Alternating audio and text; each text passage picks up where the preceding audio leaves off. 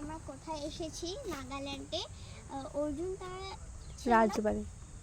তো আমরা রাজবাড়িতে এসেছি নাগাল্যান্ডে। তো অর্জুন তারা ছিল না, তার যে পাশা খেলতো ওগুলি পাশা গুটি, মানে ওখানকার দিনে চেস এত ছোট। আর you won't believe guys, oh my goodness, এত বড় পাশা গুটি, মানে ভাবো মানুষ কত বড় হবে, এটা তো 10 জন মিলেও ধরতে পারবে না। যদি এটা এত বড় হয়, পাশা গুটি এত বড় হয়, তো মানুষ কত বড় হবে।